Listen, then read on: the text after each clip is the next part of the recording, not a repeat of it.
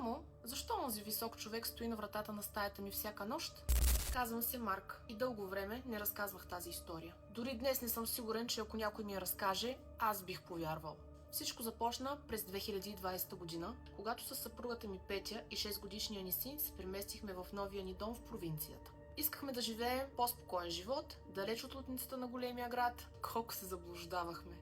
Къщата изглеждаше напълно нормална. Не беше толкова стара, нямаше история за убийства, никой не беше говорил за призраци. Беше обикновена семейна къща с двор, построена през 90-те години. Дворът не беше ограден, но границата му се открояваше, защото след края на имота ни започваше малка гора. Първите няколко седмици минаха спокойно, после една вечер сина ми каза нещо, което никога няма да забравя. Вечеряхме, когато той внезапно погледна към майка си и попита: „Мамо, защо онзи висок човек стои на вратата на стаята ми всяка нощ?“ Петя и аз се спогледахме.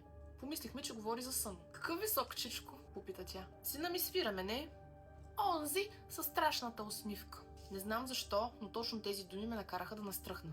Не звучаха като нещо, което 6-годишно дете би измислило. Бяха прекалено нетипични. За него усмивката беше весела. „Какво означава страшна усмивка?“ попитах аз.